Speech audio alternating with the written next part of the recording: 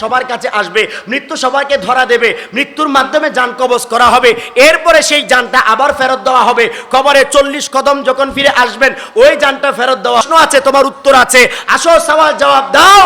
এভাবে করে মান রব্বুকা বলে প্রশ্ন করবেন তোমার রবকে। যদি সত্যিকার ইমানদার হই বলবো রব্বি আল্লাহ। এরপরে বলবেন মা দীনুকা, তোমার দিন কি?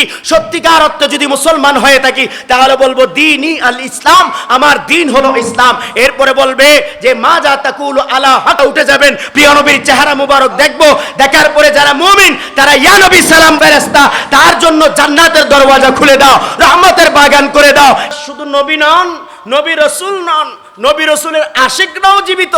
একজন আল্লাহর বড় বড় ওলিদের মাজার শরীফ, বড় বড় ইমামদের মাজার শরীফ, তাফসীরের ইমাম, হাদিসের ইমাম, সকল ইমামদের মাজার শরীফ আপনি নেটের মধ্যে সার্চ বড় বড় করে আওয়াজ করে, কেননা কুকুর গরু ওই প্রাণীগুলো এমন কিছু